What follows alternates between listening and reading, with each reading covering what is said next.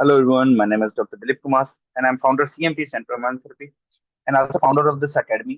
और ये एकेडमी का आगाज मैंने किया था उन फिजियोथेरेपिस्ट के लिए जो गल्फ कंट्रीज की प्रिपरेशन कर रहे हैं। तो पहले मैं गल्फ कंट्रीज की तैयारी कर रहा था जिसमें दुबई, पूरा यूएई आपका हो गया, सऊदी, कतर, ओमान, बहरीन, उनकी प्रिपरेशन कराता था। लेकिन हर कंट्री की स्टेट की बैच अलग अलग रिलीज करता था। जिस तरह डीएससी का अलग है, ये ओमान की क्लास 4 है। तो ये प्रोमेट्रिक फाइल्स, इनमें जो क्वेश्चंस मौजूद होते हैं ना कि सिर्फ अथेंटिक होते हैं, पर पहले मैं उनको वेरीफाई करता हूँ। ज्यादातर क्या होता है कि फाइल्स में आपको सिर्फ क्वेश्चन दिए जाते हैं, उसके आंसर्स दिए जाते हैं। लेकिन इनको मैं उनको वेरीफाई करके from the books, from the Google या फ्रॉम द डिफरेंट सोर्सेज, फिर मैं उनको वेरीफाई करके फाइल्स में पुट करता हूँ।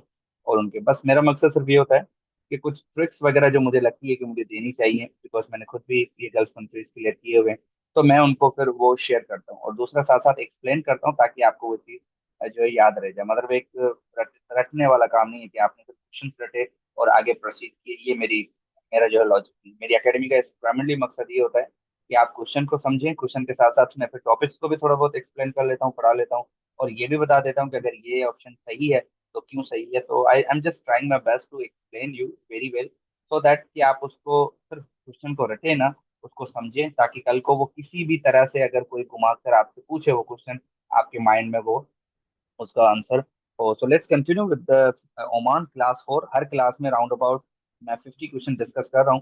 तो ये ओमान की प्रोमेट्रिक की फाइल है, जो ओमान जो फिजियोथेरेपिस्ट ओमान के लिए प्रिपरेशन कर रहे हैं, ये उनकी एक फाइल है। तो let's continue with the class 4। अब एक दो क्वेश्चन फ्रॉम रेंडमली, इसमें भी क्वेश्चन जो है 50 होंगे हमारे पास। After working for several hours as a mechanic, एक मैकेनिक जो है वो काफी घंटे काम करने के बाद वो पेशेंट आके डिस्क्राइब करता है उसको शॉप एल्बो का पेन हो रहा है over the origin of the common extensor tendon.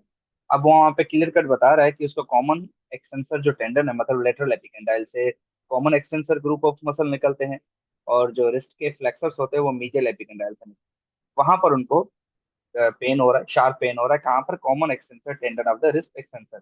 तो पेन एलिवेट हो रहा है रेस्ट के साथ, मतलब पेन रेस्ट के साथ कम हो रहा है। नीचे में से कौन सी डिसऑर्डर आपको लगती है? तो ऑब्वियस बात है, यहाँ पर दो से तीन चीजें। अब जो common extensor group of muscle है वो ओरिजिनेट करता है लेटरल एपिकेंडाइल।